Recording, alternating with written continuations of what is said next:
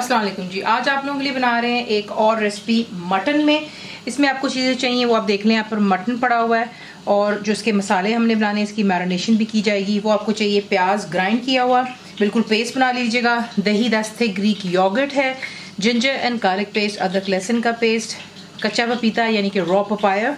अगर आपके पास रॉ नहीं, जिस तरीके से आज मेरे पास भी नहीं था, तो मैंने जो है पका हुआ जो है पपाया पेस्ट ले लिया हुआ है। आप इसको फ्रीज भी कर सकते हैं, आपको मैंने बहुत दफ़ा बताया हुआ है। तो ये वो हो गया।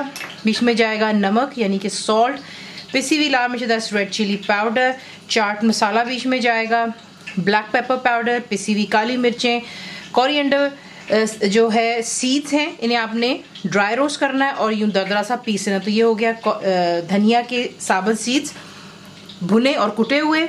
ज़ीरा भी जो है, ये क्यूमिन सीड्स को भी आपने भूनना है और कूट लेना है, यानी कि रोस्टेड एंड क्रश्ड। गरम मसाला पाउडर मेरा होममेड है।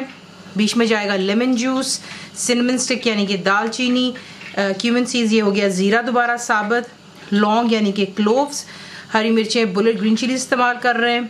कोयले का इसको धुआं देंगे, तेल में बनाएंगे, घी में, आपकी अपनी चॉइस है।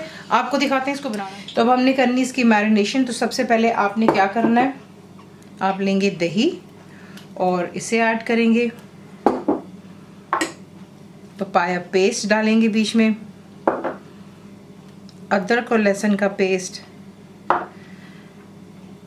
चाट मसाला, पिसी हुई लाल मिर्चें, भुना कुटा धनिया, भुना और कुटा ज़ीरा, पिसी हुई काली मिर्च और नमक। अच्छी तरह इसको मिक्स कर लें और कवर करके इसको तकरीबन 2 घंटे के लिए छोड़ दीजिएगा। मैं इसे बना रही हूँ तेल में।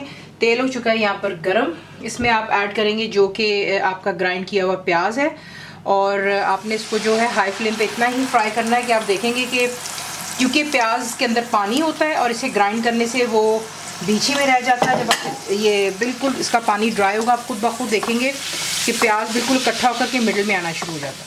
तो ये देख लें, यहाँ पर फ्लेम शुरू से लेकर अभी तक मैंने हाई पर ही रखी थी और प्याज का रंग देख लें हल्का सा सुनहरा भी यहाँ पर हो चुका है। इसमें अब ऐड करेंगे आप साबुत ज़ीरा, साबुत लौंग और दालचीनी। क्योंकि तेल गरम है, ऑब्वियसली आपको बहुत दफ़ा बताया कि गरम तेल में जाते ही ड्राई स्पाइसेस अपना जायका छोड़ देता है। तो ये इजीली यहाँ पर भून चुकी हैं। अब यहाँ पर आप ऐड करेंगे जो कि हमने मैरिनेट किया हुआ मीट है और तमाम को आप इसमें ऐड करेंगे और मैरिनेशन भी प्लीज़ बीच में ऐड कर लीजिएगा। तो ये देख लें, डालकर आपने इसको मीट को अच्छी तरह मिक्स कर लेना है। फ्लेम फ़िलहाल हाई पर है क्योंकि हमने इस पर पपीता लगाया यानी कि पपाया पेस्ट है, तो वो गलावट के लिए फ़र्स्ट क्लास होता है। तो और वैसे भी इसे हमने लगा करके 2 घंटे के लिए छोड़ दिया था। तो ये कि इसमें अब आपको पानी की ज़रूरत नहीं होगी इंशाल्लाह। आपने क्या करना है, फ्लेम हाई पर रखेंगे और जोश आने देंगे। जैसे इसमें जोश आएगा आप कवर करेंगे और लो टू मीडियम पर रखकर इतना कुक करेंगे कि कम्प्लीटली जो गोश्त पानी छोड़ेगा और दही का खुश्क हो जाना चाहिए, तेल सरफेस पर आ जाएगा। अगर आपको कोई इशू तब भी होता है कच्चा पपीता लगाने के बाद, तो आप थोड़ा पानी ऐड कर सकते हैं, दैट्स नॉट एन इशू। इसे पक जाने दो, फिर आपको उसका एंड का रिजल्ट दिखाते हैं। यहाँ पर देख लें, मटन कम्प्लीटली जो है हमारा कुक हो चुका है, तेल सरफेस पर आ गया। यहाँ पर लाकर के अब आप ऐड करेंगे जो कि है garam masala powder, lemon juice,